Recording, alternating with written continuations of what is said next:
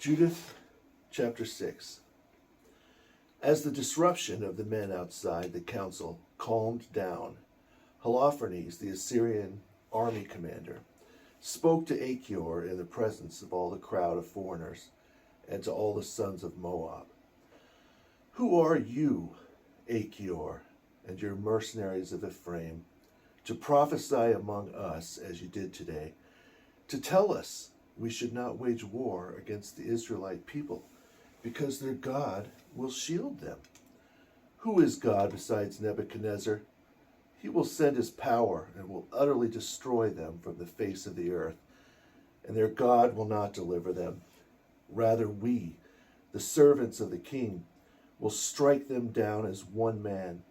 They will not withstand the strength of our cavalry.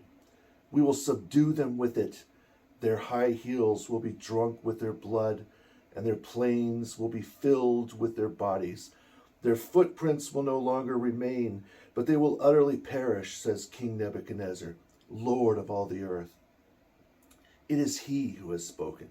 None of his words will be in vain.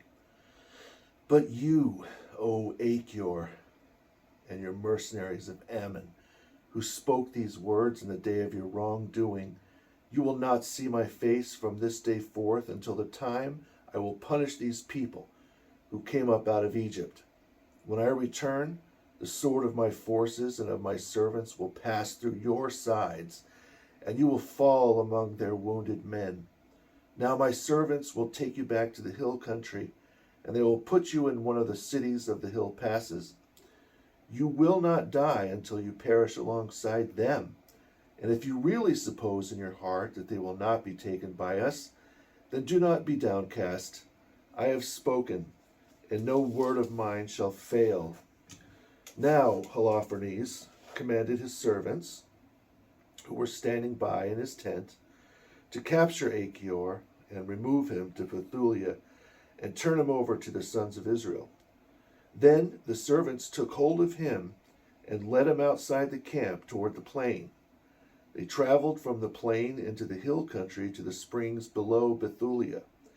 When the men of the city saw them, they took up their weapons and hurried out of the city to the crest of the mountain. The singers kept the servants from ascending by hurling stones at them. Taking shelter down at the base of the mountain, they tied up Achior and left him at the foot of the mountain, and went back to their master. When the Israelites went down from their dwelling, they found and loosed him and brought him to Bethulia.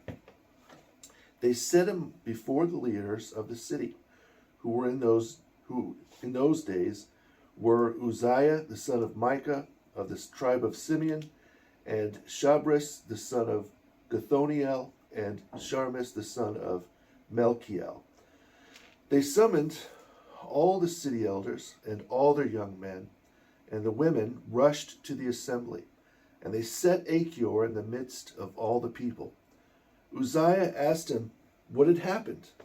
He reported to them the events of the council of Holofernes and all the many words he had spoken in the midst of the Assyrian officials, and all that Holofernes arrogantly boasted against the house of Israel.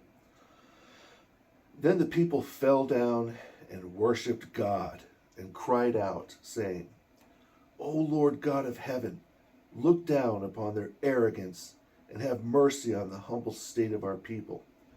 Look with favor upon those who are sanctified unto you this day. Then they encouraged Achior and praised him exceedingly. Then Uzziah took him from the assembly to his house and gave a feast for the elders. And all that night they called upon the God of Israel for help.